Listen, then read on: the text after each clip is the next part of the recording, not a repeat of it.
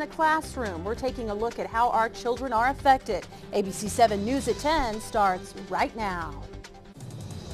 The Panhandle's most trusted newscast. This is Pro News 7 at 10. A recent FBI report ranks Amarillo as the 6th most dangerous city in Texas. The report also says Amarillo has the highest rate of reported rapes per 100,000 people in all of the state. And the city also has one of the highest numbers of untested rape kits in all of Texas. ABC 7 investigator Selena Lewis joins us now with how this happened and what's being done about it. Selena?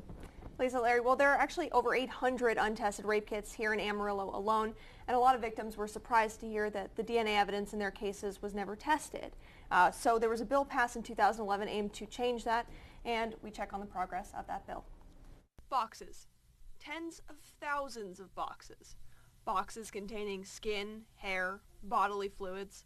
Boxes of evidence from possibly the worst night of a person's life. For a victim of any kind of trauma, some kind of sense of closure is really important in the healing process. But for many rape victims, closure never came. And oftentimes, insult was added to injury when those who'd endured an invasive sexual assault exam just hours after their attacks learned their rape kits just sat there. When you hear those large numbers that we have a lot of backlog kits, there would be concern. Did I go through all that for nothing? And because it is a fairly invasive procedure. That is, until Senate Bill 1636 was passed in 2011.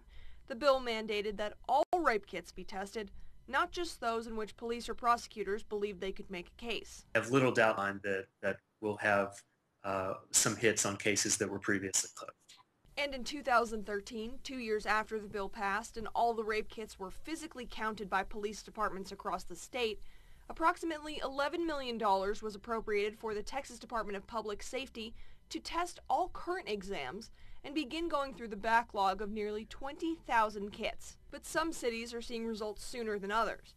In Amarillo, a small city compared to Dallas or Houston, there's a disproportionately high number of untested rape kits. Our evidence records showed and the physical records show that we have 828 kits or untested kits that came in between the year of 1996 and 2012. So you've got 18 years of cases, 18 years of kits. According to past DPS reports, El Paso, another Texas city with a comparable population to Amarillo, had fewer than 30 untested rape kits. That's right, 30.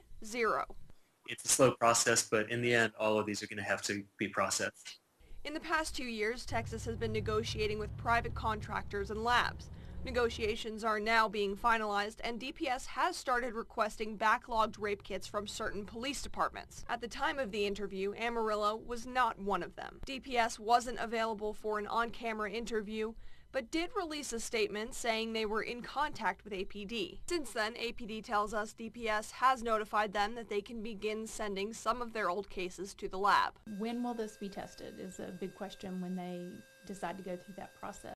For new cases, that answer is now within 30 days. And for older cases, while the exact time frame is unknown, sexual assault advocates feel it's heading down the right path.